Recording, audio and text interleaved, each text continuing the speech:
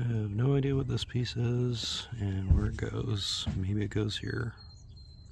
I'm gonna have to go to the salvage yard and take a look around and see if I can find something that looks familiar.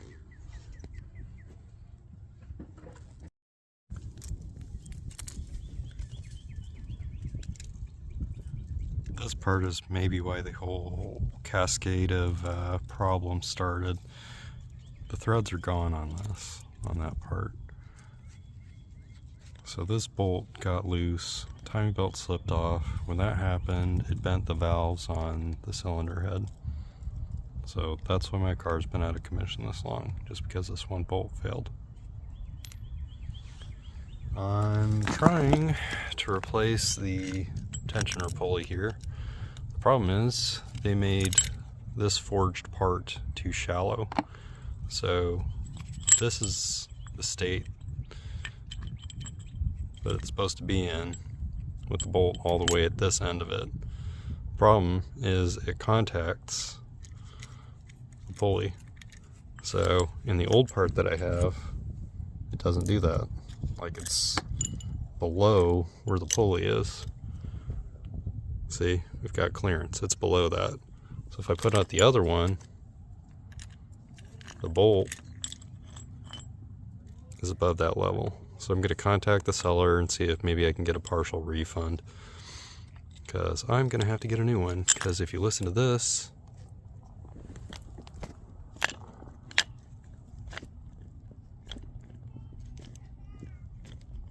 well, it sounds okay, but I still kind of want to replace it, just so long as everything's apart. This is where the evaporative tank diagnostic module would sit. It detects leaks in the evaporative tank. I had to saw through one of the bolts because, as you can see from all this rust, it was stuck in there, and I rounded off pretty much all the bolts over here. I could do something like braze a socket onto each one of those and like break them loose that way, or use like a bolt remover, you know, one of those things that screws into it and then you back it out like that. I'm not going to do that. I'm not going to replace this bracket.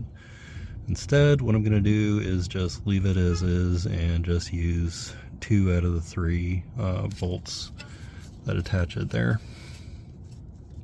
and just ignore the third and pretend it's not there. I was also able to wrestle off this thing, which just you squeeze it and it comes off. I was able to slide the clamp further back onto that thing. I was able to just pull the module off of it. One of the clamps I think I'm going to have to replace on this line back here. Focus, please. See where those impressions are? That's where this clamp was, and it rusted out. That thing is dead. I might have a clamp somewhere else that I can use. I just, you know, it's probably not going to leak or anything. I'd just rather be safe than sorry. This is the replacement diagnostic module for the tank. This is the original one. The pins are all missing from in there. See, they all got corroded and broke off. These did not become corroded and broke off. Unfortunately, they broke off inside of this dongle, this connector here. So it looks like 2 out of the 4 pins broke off inside there, and one of these wires, I think it's the purple one, purple striped one. I'm gonna have to just cut it further up, get like some Wagos, or you know, just tie them real tight to each other and put some electrical tape around them. Wagos might be better just because this area is so exposed to moisture. But this thing's dead. There's no way I can get the thingies out of there. I guess I could cut the wires, pull the wires out, put a pin through this thing and then use it like that, but really it'd probably just be easier to get one from the dump. I could also try to disassemble it some more. I might do that next. I'm at least going to mount the new one, just so it's in place and ready to go. So all I'd have to do is connect the electrical connector, because I really don't like the idea of evaporative stuff. I don't know how it works. I just don't like the idea of any air vapor mixture going through those lines at all without just this thing being connected. I put the Indian head gasket shellac on both sides of this thing. I started with putting it on the engine block and on the bottom side of the gasket. Waited like 6 minutes for it to get tacky, and then waited another 6 minutes for it to get tacky. And it still is just really not that sticky. I know people were like saying it gets everywhere and stuff, but I'm not experiencing that just yet.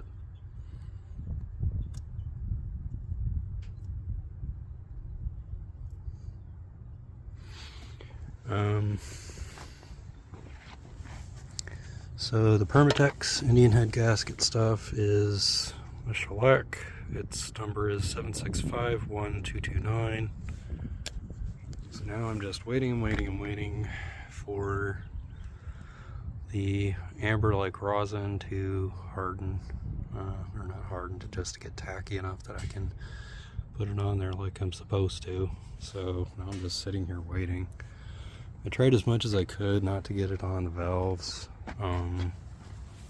but I'm just gonna, like, you know, kind of scrape off any excess stuff that's on the valves with this thing without, you know, actually gouging anything that's there. I followed the instructions. Instructions, though, don't say to double check each one of the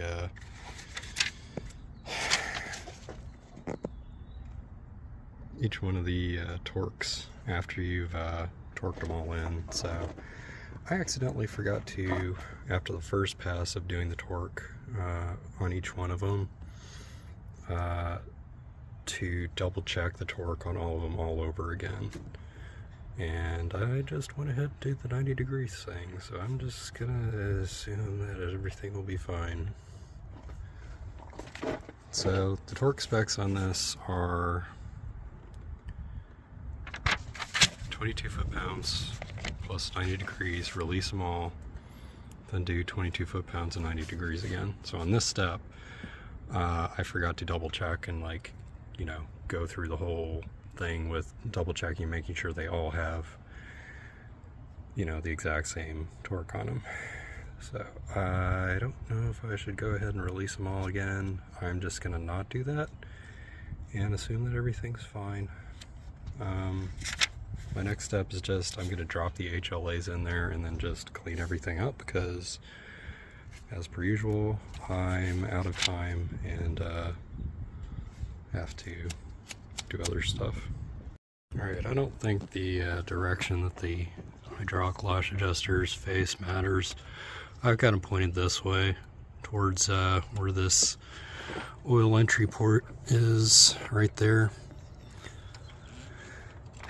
That groove is going to be filled with oil anyway, and it's going to force the oil inside that chamber, like the chamber that's above this.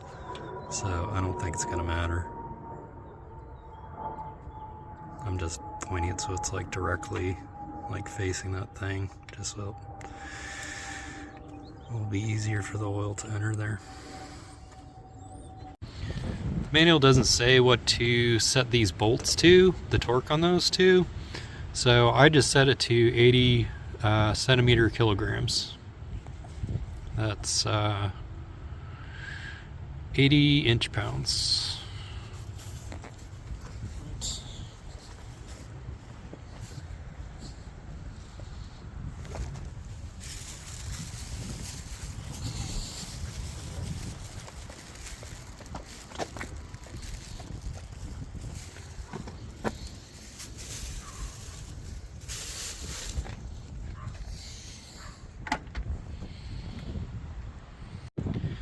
Manual doesn't say what to tighten these bolts down to, so I just picked 80 inch-pounds. Wanted to mention that the oil gaskets on these things are this side up, not the other way around. All of these links are completely identical. What are they talking about with the timing marks? Why are these things shaded? Oh. So it actually does have like black links on this thing that correspond to where you're supposed to be arranging it. I don't think there's any structural difference between these. I think it's more just for being able to spot stuff. That one's the exhaust camshaft. That one is the intake camshaft. You can tell because the exhaust one has to fit in that thing, and that one is way, way shorter. This view is actually from the driver's side, and this one is from the passenger side, because that's the exhaust one and that's the intake one. These caps are labeled left and right, so the manual calls them E5 and I5. I'd also like to point out that they can't count to 4. 1, 2, 3, 1. They don't say from which angle you're supposed to put these from left to right. If I'm looking at these this way, I'd assume that this one is the right and this one's the left. And these are pointing towards the front of the engine, but the right side of the car, you know, and the right side of the car. So looking at the right side of the car, these are going to be pointing like this. This one's going to be on the right, this one's going to be on the left, and none of that matters because these pieces are both dimensionally identical and symmetrical, so it really doesn't matter. It doesn't even matter which way I'm pointing these things. I got the caps attached. I oiled all this stuff before I put it on there, like the teardrop shaped spinners and the round thingies and the caps and the things underneath the caps and the HLAs, and so now it's all together. I've got those things pointing horizontally, as horizontal as I could get them. All this stuff is tightened down to 130 centimeter kilograms. So next step is probably putting in a couple of the gaskets and the spark plugs, just because those steps are really easy.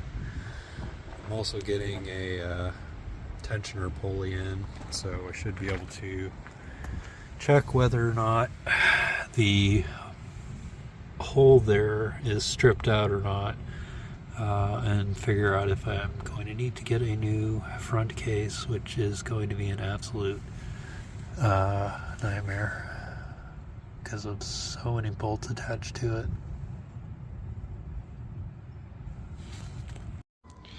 This plug fits over this hole that's in the cylinder head. It just plugs that gap up. So what I did was I messed this cap up because I pushed it in too far with the hammer. I don't have the special tool that you're supposed to use in order to get it to a finite distance, because this inside of the cap isn't supposed to contact the camshaft. It's just supposed to go in part way. The old one has some wear on it that shows me that it fit about midway in there, to where the midway point of this thing fit into that groove. So that was probably where it would expand, you know, and contract and stuff. So I'm gonna just try to eyeball it to where, because that's all I can do, because I don't have a special tool that only Hyundai has, and make it so that the lip of this thing goes to about where I tore up the outside of this thing. You know, fortunately there's no moving parts there. Focus. There's no moving parts there, so it doesn't really matter if I tear it up some. And I'm also going to put gasket cinch over the top of this thing, and probably even like some RTV over the top of that. It's, you know, it's essentially no more a gasket than that blue silicone seal that I had on the cylinder head earlier. That's just my next step. I'm going to take another attempt at this. Otherwise, you know, as it is, it's already pretty torn up, and hopefully it'll be good enough to where I won't have to get a new one of these. Even if I'd had everything assembled, it still would be fine.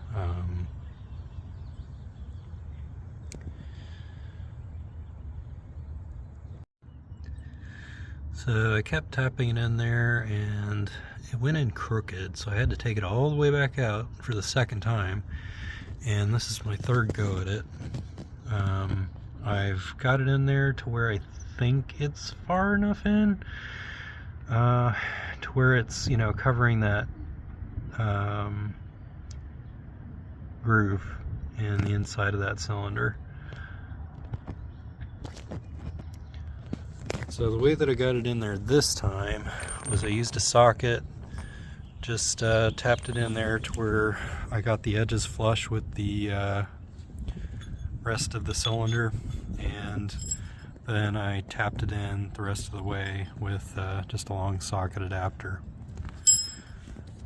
So my next step is to put gasket cinch over the top of it, and hopefully that'll prevent it from leaking. I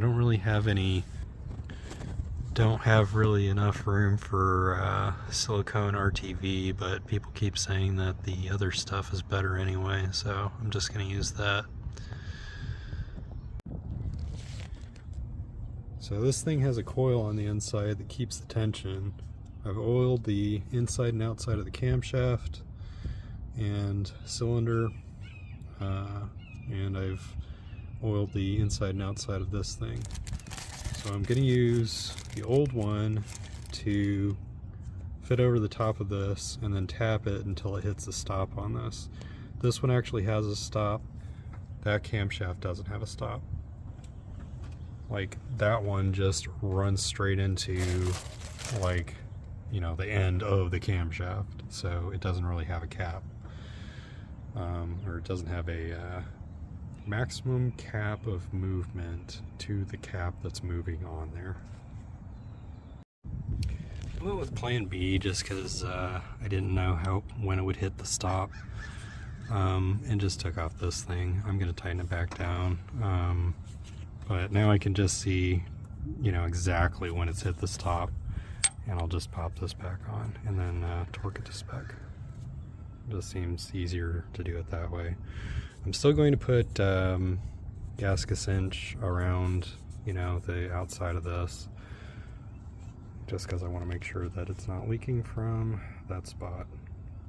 I used a paper towel to cover the top of the camshaft while I did the upper surface, and then I just smeared it on the lower surface too. The cap is tightened down to 80 kilogram centimeters. I've got a 17 mil socket, gigantic channel locks. I put the channel locks around this thing and braced it. Then I used the torque wrench to torque this down to 74 foot-pounds. This might be the end of the life for this front case. I'd have to take off the oil pan in order to get the front case off. And about, who knows how many bolts, another half dozen at least bolts to get that off. And I'd have to go to the salvage yard and get a new one and put it on there. Or I could Measure the diameter of the bolt that goes in there, the thread pitch, focus.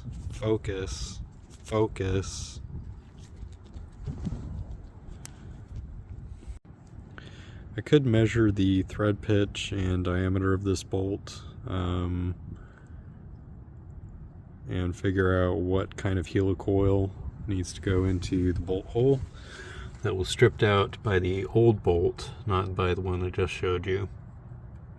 I don't know how it got loose in the first place, but it ended up stripping out both the bolt and the bolt hole, and also ruined the cylinder head. So in order to get the front case out, I'd have to take the oil pan off, take off a bunch of bolts, like a half dozen bolts, and I'd have to go to the salvage yard and do the exact same thing on another one in order to get it out, because those front cases are like $400 if you buy them new. I don't know what to do. This car has a ton of new parts. It's just I cannot get it the last 10% of the way to it being fixed. I'm kind of feeling like I want to give up at this point, just because what needs to be done next is I have to replace